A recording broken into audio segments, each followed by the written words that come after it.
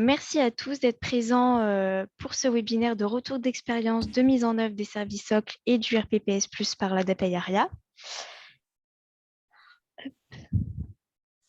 Donc, juste avant, quelques bonnes pratiques, hein. Du coup, on vous demandera de bien vouloir couper vos micros lors de la présentation.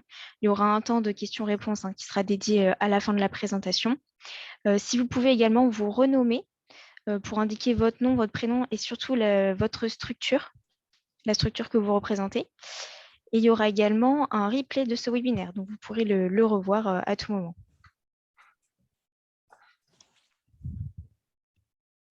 Donc, ce webinaire, il est organisé par le collectif des systèmes d'information médico-sociale Pays de la Loire. Mais si vous n'êtes pas en Pays de la Loire, ce n'est pas grave, hein, vous pouvez quand même assister. Donc, ce collectif, en fait, il est composé de directeurs d'établissements et services sociaux et médico-sociaux ou alors de responsables informatiques des systèmes d'information. Donc, les principaux objectifs du collectif, c'est de sensibiliser les établissements aux enjeux du numérique, d'orienter les établissements et services sociaux et médico-sociaux et de recueillir les besoins du terrain. Donc, on vous donnera de toute façon la présentation, hein, à la fin de ce webinaire, mais ici, vous pouvez accéder directement au site du collectif, où là, voilà, il y a les autres webinaires qui ont déjà été effectués, des actualités, une boîte à outils. Et si pour toute question, vous pouvez contacter du coup le collectif SI. Et donc, pour ma part, si je me présente, je m'appelle Fiona D'Angelo, je suis chef de projet ESMS numérique au GCSI Santé et j'accompagne le collectif SI dans ses travaux. Donc, à l'ordre du jour, il y aura une présentation du coup de l'ADAPEI ARIA par François Lebrun, chef de projet à l'ADAPEI ARIA. Ensuite, voilà, on va vous remettre un petit peu le contexte de la mise en œuvre des services socles et du RPPS+. On va également vous réexpliquer, hein, très rapidement ce que sont les services socles, le RPPS+, à quoi ça sert. Et puis ensuite, du coup, on aura le retour d'expérience de l'ADAPEI ARIA et les points de vigilance. Donc, je te laisse la main, François. Merci beaucoup. Oui, donc on va commencer. Déjà, merci à tous d'être présents à ce webinaire. Je vais commencer par vous présenter donc, rapidement l'ADAPEI ARIA. Donc, l'ADAPEI ARIA, c'est une association à but non lucratif qui a été créée en 2014 et qui est la fusion du coup de l'ADAPEI de Vendée et de ARIA 85. Donc, l'ADAPEI ARIA, aujourd'hui, c'est 3 directions d'activité, donc l'accompagnement tout au long de la vie, logement et vie sociale et direction de parcours, qui vont couvrir un spectre assez large finalement de dispositifs et de services que nous mettons à disposition des personnes que nous accompagnons aujourd'hui dans l'association. Donc, ça va finalement de l'enfance au travail, au logement. Aujourd'hui, à l'ADAPEI ARIA, nous accompagnons environ 3000 personnes, finalement, au travers de tous nos établissements et dispositifs, ce qui représente, comme on l'indique ici, environ 89 dispositifs au sein de l'association, pour à peu près aujourd'hui 2000 ETP de professionnels, que ce soit du coup sur la partie accompagnement ou aussi sur la partie santé pour certains établissements. Pour ma part, donc, comme Fiona l'a précisé précédemment, je suis chef de projet à l'ADAPEI ARIA depuis maintenant presque 1 an, et j'appartiens donc à la DSIN, Direction des systèmes d'information et du numérique, aussi appelée DSI en fonction de vos structures. Et aujourd'hui, mon rôle au sein de la DSIN est d'animer et de piloter les projets qui sont soit à destination des professionnels ou des personnes qu'on accompagne. Donc, dans la DSIN, aujourd'hui, nous sommes structurés en 2 pôles, hein, pour simplifier les choses.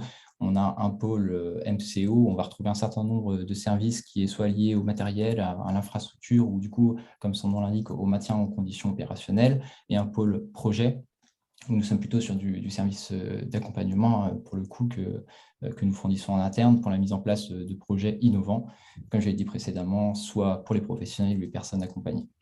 Donc, c'est totalement dans ce cadre-là qu'on va être amené à parler donc, du plan ESMS numérique par la suite et faire ce retour d'expérience à date, en tout cas, parce qu'on va le voir ensemble. Nous sommes encore en train de travailler sur le sujet, sur les différents services socles et pour le coup, le RPPS+. Donc, le contexte de mise en œuvre, j'ai un petit peu vendu la mèche avant de commencer pour le coup. C'est une réponse à l'appel à projet plan ESMS numérique Donc, nous avons répondu courant 2021, été 2021, pour une validation du dossier qui a eu lieu en septembre. Donc, pour le coup, cet appel à projet, nous sommes positionnés sur une mise en conformité, pour le coup, de notre DUI, qui est Ogiris, édité par Socianova, afin d'y inclure justement l'interopérabilité avec les services socles. On va voir justement par la suite après quel service, mais pour vous expliquer comment se découpe finalement le projet de manière très macro, hein, sur cette approche-là, nous avons une approche en trois phases. Pardon. Une approche du coup d'initialisation, où nous avons fait ce que l'on peut appeler un cadrage et défini le contour, le périmètre justement du projet qui a fait l'objet de notre réponse. Une seconde étape de mise en œuvre. Nous allons voir ensemble, certes technique avec ma casquette SI, mais surtout de mise en œuvre de processus métier finalement, pour s'assurer que derrière les cas d'usage seront bien présents. Et enfin, une phase de généralisation qui sera le fruit du travail justement de cette phase de mise en œuvre avec nos pilotes et qui, de ce fait, permettra de déployer dans toute l'association justement l'utilisation de ces services. En complément du coup du plan SMS numérique, nous avons eu la chance donc, de participer en fin d'année dernière, début justement 2022, en tant que pilote Ségur PH. J'ai vu que Phare 83 était présent et du coup Socianova aussi avec Badreddine. Et donc on a travaillé de concert justement pour faire une première expérimentation technique en environnement de production de ces éléments-là. Ce qui nous a permis d'avoir un petit aperçu justement de ce à quoi ça allait ressembler demain avant la phase de mise en œuvre, qui a été une chance et une facilité pour le coup sur la partie initialisation pour se projeter plus facilement, notamment pour les professionnels. Donc, le projet de mise en conformité du DUI, pour nous, pour positionner justement les éléments, nous avons terminé la phase d'initialisation, hein, qui était une phase plus de définition du périmètre, une phase plus contractuelle aussi, en lien avec l'appel à projet. Et nous sommes actuellement en phase 2, en phase de mise en œuvre, sur les trois services socles que sont du coup la messagerie de santé, l'INS, donc l'identifiant national de santé, et le dossier médical partagé. Comme je l'ai expliqué précédemment, lors de cette phase 1 qui a été finalisée, nous avons, dans le cadre du pilote, fait l'expérimentation de l'acquisition des cartes CPX. Donc, on en reparlait un petit peu tout à l'heure. La récupération et la qualification de l'INS dans un environnement de production, pour le coup, avec des personnes accompagnées au DAS du mouvement de le captif. Et nous avons donc remonté un document dans le DMP, je crois que c'est un DLU, si je ne dis pas de bêtises, de mémoire, qui était pour le coup certes un environnement de production, mais sur une personne accompagnée fictive, tout simplement pour des problématiques sur le moment lors de l'expérimentation. Donc, vous l'avez noté dans justement ces premières phases et ces premiers mots que j'ai évoqués, le RPPS+ n'apparaît pas directement finalement dans cet appel à projet et dans notre réponse, parce que ça va être un prérequis qui sera nécessaire potentiellement, pour le coup, ça va dépendre de vos contextes, à l'utilisation des services socles et notamment sur la partie MSS et DMP.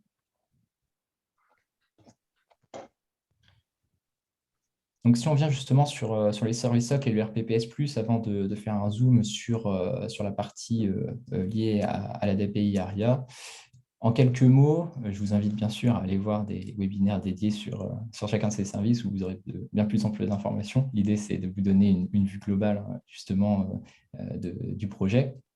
En termes de service socle, on va donc avoir le dossier médical partagé que vous avez sûrement retrouvé dans votre espace de santé si vous l'avez ouvert depuis le début de l'année, qui va permettre donc de partager, comme son nom l'indique, et de mettre à disposition des documents, certes du coup de santé, mais aussi très bientôt des documents liés au médico-social. On va donc y retrouver très bientôt le DLU, le projet personnalisé pour le coup de la personne, et qui devrait s'enrichir au fur et à mesure de l'évolution de la matrice d'habilitation du DMP. À côté de cet élément-là, on a donc la messagerie de santé, donc qui permet d'échanger, pour simplifier, hein, sur un espace de confiance sécurisé des informations en lien avec les personnes accompagnées. Donc, c'est utilisé aujourd'hui énormément dans le domaine de la santé et ça a vocation, pour le coup, à venir aussi étoffer les services dans le milieu médico-social. Pour fonctionner tous ces éléments-là, tous ces services, on a besoin de référentiels. C'est un petit peu finalement comme des fondations, si on peut évoquer les choses comme ça. Et dans notre cas, dans ces référentiels, on va donc retrouver l'INS, qui est donc l'identifiant national de santé, qui sera rattaché à chacune des personnes que l'on accompagne. Hein. C'est un peu le passeport pour le coup, adossé à ProSanté Connect, qui permet donc aux professionnels de se connecter, de s'authentifier et s'identifier, pour le coup, auprès des services socles pour pouvoir les utiliser. Donc, une question avait été posée sur justement quelle est la différence entre les CPS et les ICPS et le certificat logiciel. Donc, c'est même ça va un petit peu plus loin que ça. On parle beaucoup de CPS parce que du coup, c'est le domaine de la santé finalement que ces cartes sont issues. Mais on a toute une gamme aujourd'hui qui existe sur cette partie-là qui s'appelle donc les CPX, où on va retrouver différentes cartes, soit à destination des professionnels de santé, donc les CPS que tout le monde connaît. Mais vous avez aussi tout ce qui va être la gamme avec les A, les CDA, les CPA, qui vont correspondre à des cartes plutôt administratives qui vont s'adresser aux directeurs d'établissement, typiquement, et une autre gamme qui est la CPE, qui, elle, va s'adresser aux professionnels qui sont donc non médicales et non dirigés. Typiquement, ça peut être une assistante de dispositif qui pourrait avoir une CPE. En ce qui concerne du coup la distinction entre la partie CPS et ICPS, c'est cette notion finalement de dématérialisation. Donc potentiellement, on a les mêmes accès finalement derrière ces méthodes d'authentification. En revanche, la ICPS apporte cette notion de mobilité que pour le coup, nous n'avons pas avec la CPS. On le verra par la suite concrètement. La CPS demande d'avoir un lecteur, l'ICPS demande d'avoir un téléphone. Donc encore une fois, en fonction de votre contexte, vous allez pouvoir choisir plutôt l'un ou l'autre, l'une ou l'autre finalement méthode d'authentification, ou alors potentiellement déployer les deux selon les contextes de vos établissements. Le certificat logiciel, quant à lui, sans rentrer dans le détail de la sécurité, permet de manière transparente pour l'utilisateur de pouvoir utiliser certains services ou certains référentiels socles qui permettent on va dire, bypasser, si je peux dire ça comme ça, la partie authentification de la personne de la personne physique pour avoir une authentification de la personne morale. Vous allez sûrement vous avez déjà entendu parler finalement de certificats d'organisation, de certificats serveurs, et c'est ce qui permet de sécuriser pour le coup les communications entre votre outil, en l'occurrence pour nous, je parle de Chiris, et le service que vous souhaitez consulter. Alors, à savoir que les certificats logiciels vont dépendre du service avec lequel vous voulez communiquer, typiquement. Le DMP, quoi qu'il arrive, va demander une authentification de la personne finalement qui consulte ou qui dépose le dossier, afin de pouvoir avoir une traçabilité justement des personnes qui ont pu avoir accès aux documents. Comme vous avez peut-être essayé justement, vous pouvez limiter l'accès aux personnes qui ont accès à vos documents sur le DMP, ou tout simplement tracer les récupérations. Donc voilà pour ces éléments-là en quelques mots. Et vraiment, je vous invite pour le détail de chacun de ces services à aller voir les différents webinaires qui ont pu être proposés et qui vont plus en détail que ce que j'ai pu vous exposer aujourd'hui sur le sujet. Si on ramène tout ça pour le coup à la DPI ARIA, et j'ai oublié de parler du RPPS avant la slide suivante, en quelques mots, c'est vrai que je ne l'ai pas évoqué. Le RPPS+, si aujourd'hui, c'est le RPPS agrémenté avec des professionnels qui ne font pas partie du domaine de la santé. On va donc retrouver tous les professionnels de l'accompagnement. Et si on devait faire une photo à date, finalement, de l'état des référentiels d'identification, on va avoir le RPPS, où nous allons retrouver les professionnels du domaine de la santé et aussi les numéros ADI. Normalement, nous allons migrer progressivement vers la généralisation du RPPS et qui va devenir demain le RPPS+. Alors, le RPPS+, il va être nécessaire dans certains cas. il va être nécessaire pour pouvoir accéder à la version justement dématérialisée, la ICPS dont on a parlé tout à l'heure, pour pouvoir accéder aux services qu'on a vus précédemment, et où il va être nécessaire typiquement pour avoir des boîtes aux lettres nominatives sur la partie MSS. Donc ça, j'en reparlerai justement après sur des cas d'utilisation. Le RPPS+ n'est pas forcément nécessaire en fonction des cas d'usage que vous allez mettre en œuvre, mais par contre va être nécessaire à partir du moment où vous souhaitez donner, dans le cas encore une fois de la MSS, des boîtes aux lettres nominatives.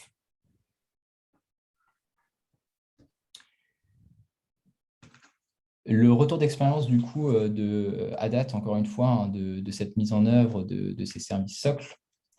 Je veux bien mettre la suivante, Fiona, s'il te plaît. Merci.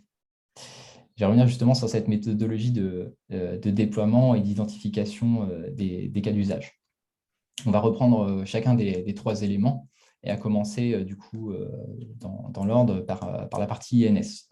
Donc, si vous avez commencé ou si vous allez finalement vous lancer dans cette aventure et pour intégrer les services socles, il y a toute une partie pour mettre en œuvre ces éléments-là qui nécessite une contractualisation finalement, que ce soit des commandes de cartes, de certificats, au niveau de l'organisme gestionnaire ou au niveau des établissements, en fonction de votre configuration. Donc, pour utiliser l'INS, vous allez soit avoir besoin de cartes CPX, comme j'en ai parlé tout à l'heure, ou alors d'un certificat logiciel qui va permettre du coup d'authentifier votre organisation auprès de ce service-là. L'INS, pour le coup, pour vous donner quelques cas d'usage, l'INS fait référence à tout ce qui va être identitovigilance et procédure d'admission. Donc, ça veut dire que demain, les personnes qui sont très probablement enclins à renseigner l'INS, le récupérer et le qualifier par la suite, seront probablement les personnes en charge des admissions dans vos établissements ou organismes. Donc, typiquement, les assistantes de dispositifs, dans notre cas. On en revient sur la partie MSS, sur cet élément-là. On a évoqué tout à l'heure justement le lien entre le RPPS+ et les boîtes aux lettres nominatives. Donc là, en fonction de vos cas d'usage, en fonction de la manière dont vous souhaitez commencer en tout cas à déployer la messagerie de santé dans vos établissements et vos organismes, vous avez plusieurs choix qui s'offrent à vous au niveau de la MSS. Vous avez la possibilité d'avoir des boîtes aux lettres de type applicative, typiquement qui vont être adossées à votre outil, en l'occurrence Eugéris pour nous. Donc, vous pouvez avoir des boîtes aux lettres organisationnelles, donc qui vont être associées à un établissement au niveau du finesse géographique, pour le coup. Ou alors, vous pouvez avoir des boîtes aux lettres nominatives, auquel cas, ici, vous aurez besoin d'un numéro aujourd'hui RPPS ou ADELI, oui, demain un RPPS+, pour pouvoir du coup créer des boîtes aux lettres qui sont propres aux personnes qui vont utiliser ce nouveau service. À savoir ici, il y a plein d'éléments finalement à prendre en compte, notamment sur la messagerie de santé, plein d'exigences qui sont à valider avant de pouvoir les déployer.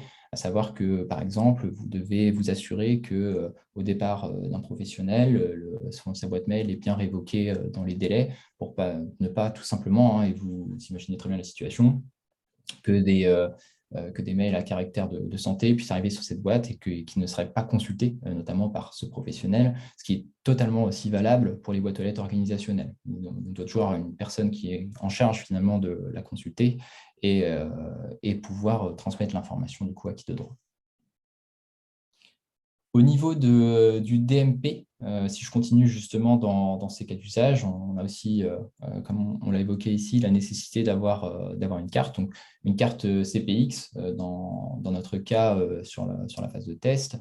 Par contre, nous pourrions aussi imaginer potentiellement ici la ICPX, du coup, une ICPS en l'occurrence.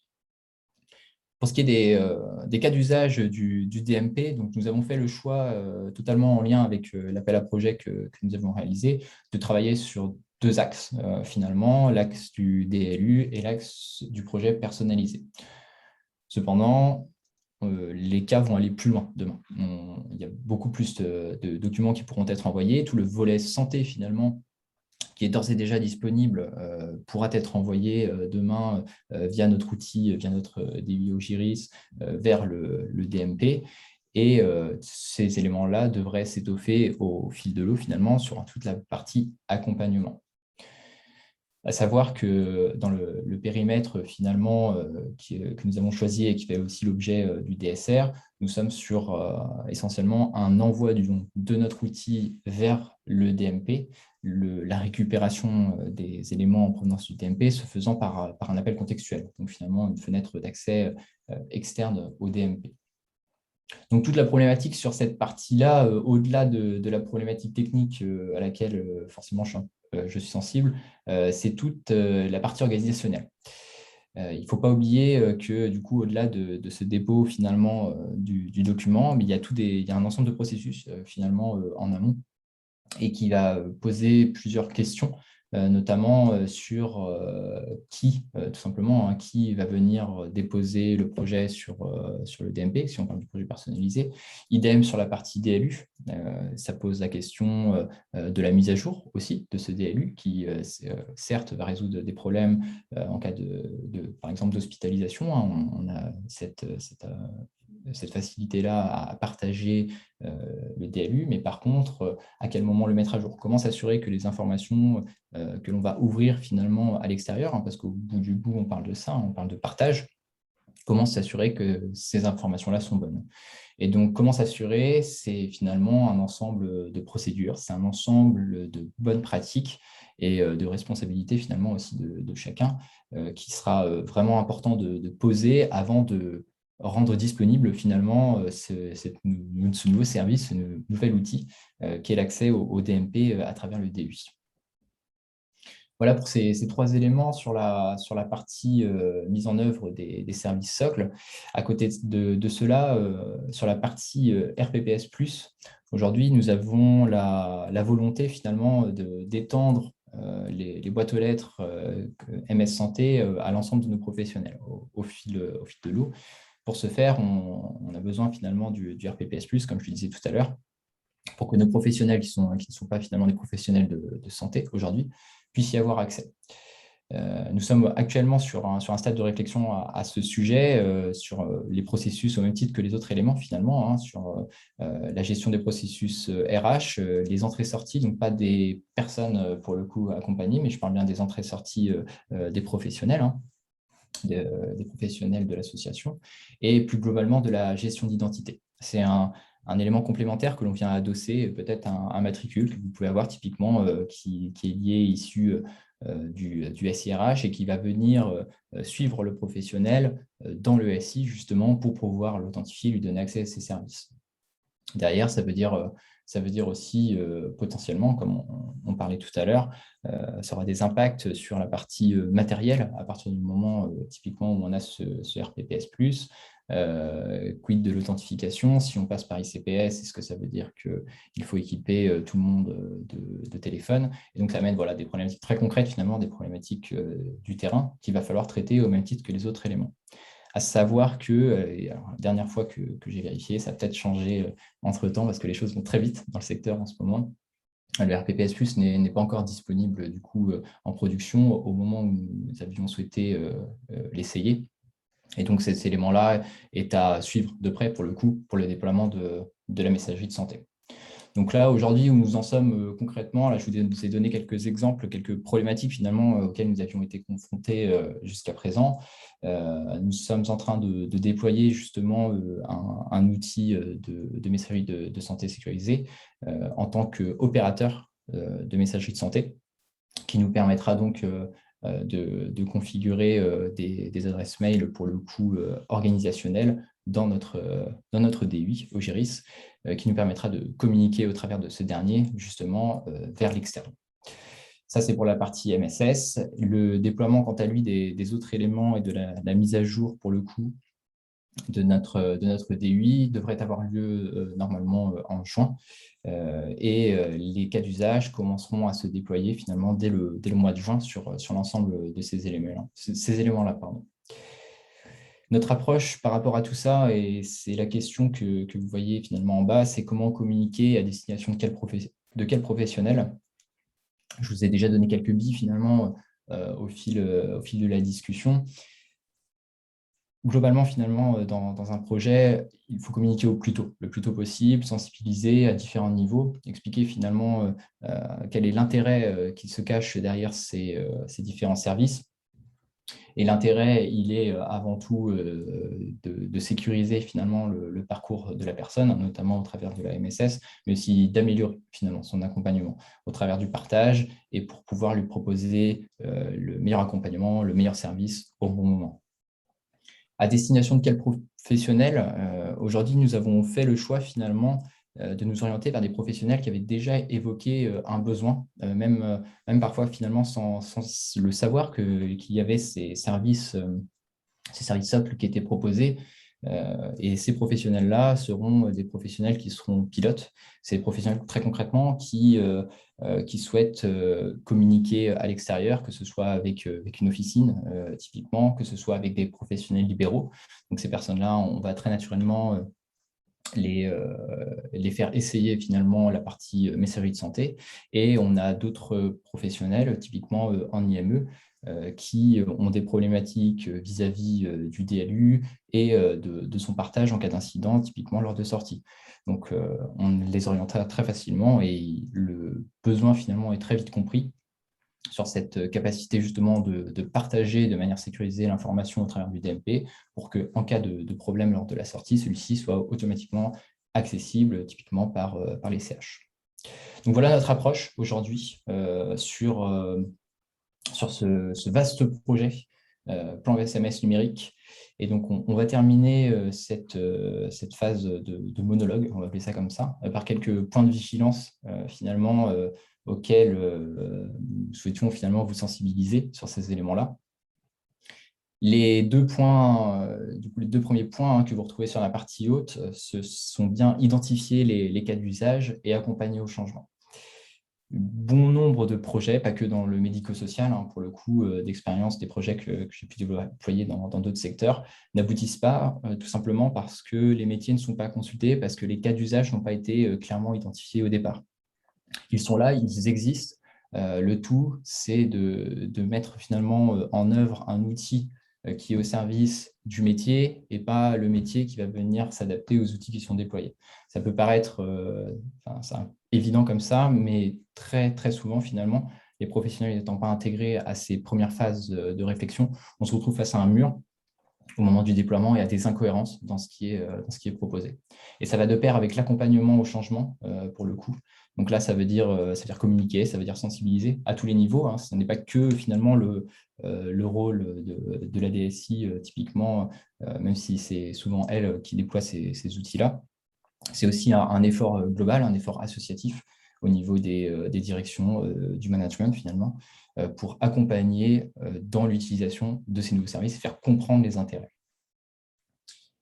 Et les deux points du dessous qui font finalement écho sur la partie contractualisée, c'est un point assez important parce que vous verrez dans vos mises en œuvre, c'est assez chronophage, ça peut prendre du temps, ça peut paraître un petit peu abrupt au départ pour le coup.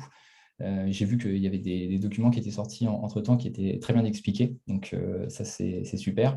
Et faites attention à ça, à savoir que je vous donne un exemple très concret sur ce sujet-là. Typiquement, pour l'obtention des certificats, donc nous avons 49 établissements physiques aujourd'hui. Nous allons devoir contractualiser 49 fois pour chacun de ces établissements pour pouvoir récupérer donc les certificats pour communiquer avec le DMP, typiquement, ou avec l'INS. Donc, ça demande un petit peu de travail, un petit peu d'organisation sur cette partie-là. Et ça va tout à fait de pair avec la partie gérer les identités, entrée-sortie. Plusieurs cas sur la partie MSS, comme on l'a évoqué ensemble. Il faut faire vraiment attention sur cette partie-là. Donc, on a entrée-sortie des professionnels. On a aussi admission, pour le coup, des personnes accompagnées, comme j'expliquais tout à l'heure. On va avoir cette problématique à l'admission et d'avoir une politique d'identité-vigilance au sein de l'association. Et donc, c'est un point à vraiment travailler, pour le coup. Et je vous invite à consulter, c'est le guide, je me souviens, des opérateurs MSS, qui est très bien fait, qui propose des bonnes pratiques, pour le coup, qui sont applicables certes à la messagerie de santé, mais aussi finalement aux autres services socles.